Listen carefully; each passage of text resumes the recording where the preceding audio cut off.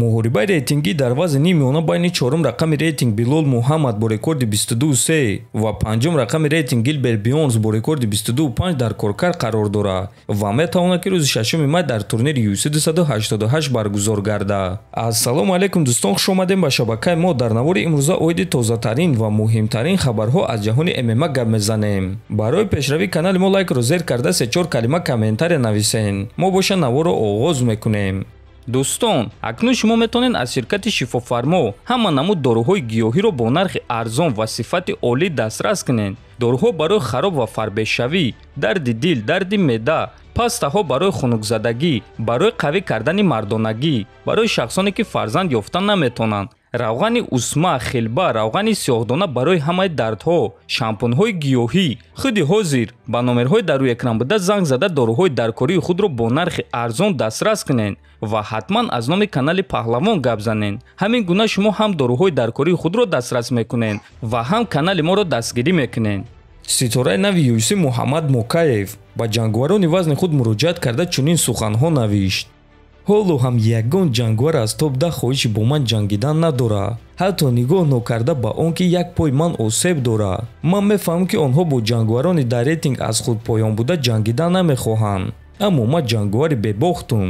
агар ки онҳо маро рақиби осон шуморанд, пас чаро ки як тай аз ин ҷангварони топ-10 бар зидди ман ба муҳориба баромада ин хайпи маро чӣ гуна કે онҳо маро меноманд ман намекунам.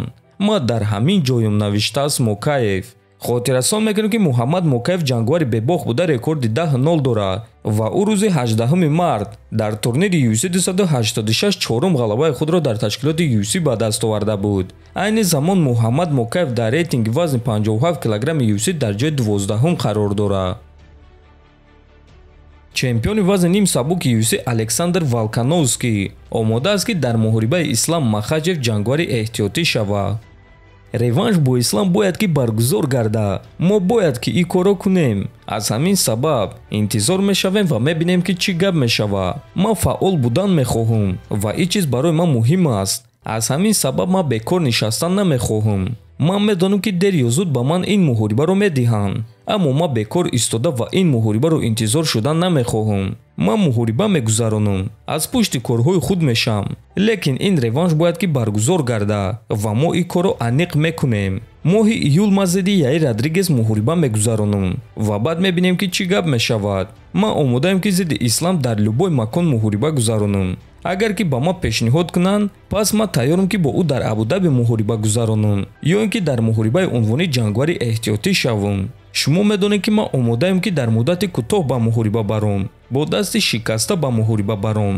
ман барои ҳама чиз омодаам ва ягон визов маро наметарсонад, гуфтааст Волкановский. дӯстон, худи шумо реванши Александр Волкановский ва Ислам Махачевро дидан мехостен ё не? метавонед фикротонро нависен. мо боша мегузарем ба дигар хабар.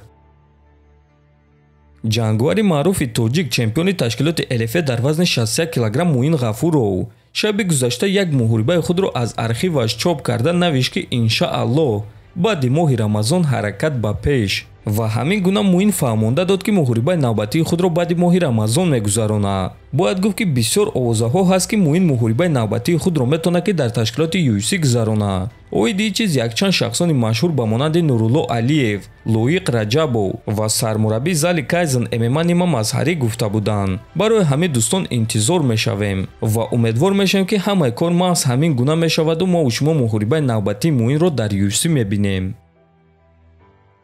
чемпиони пешинаи UFC дар вазни сабук Чарлз Оливейра сабаби қатъ шудани муҳорибаашро зидди Бенил Дариуш гуфт: ман тамрин карда наметавонистам. дар вақти тамрини гӯштин осеб гирифтам, аммо ман омода шуданро идома медодам. чӣ қадаре ки метавонистам кӯшиш кардам, аммо ин кофӣ набуд ва мо маҷбур шудем ки аз ин муҳориба даст кашем. ман бояд ки якчанд рӯз аз тамринҳо дур шавам ва баъд ба зал бармегардам ва мо саҳнаи нави муҳорибаро қабул мекунем. ба наздикӣ ман тамринҳои худро оғоз мекунам. осеби ман хурд аст ва мо якчанд рӯз истироҳат мекунем то ин ки бо осеб ба муҳориба набароем.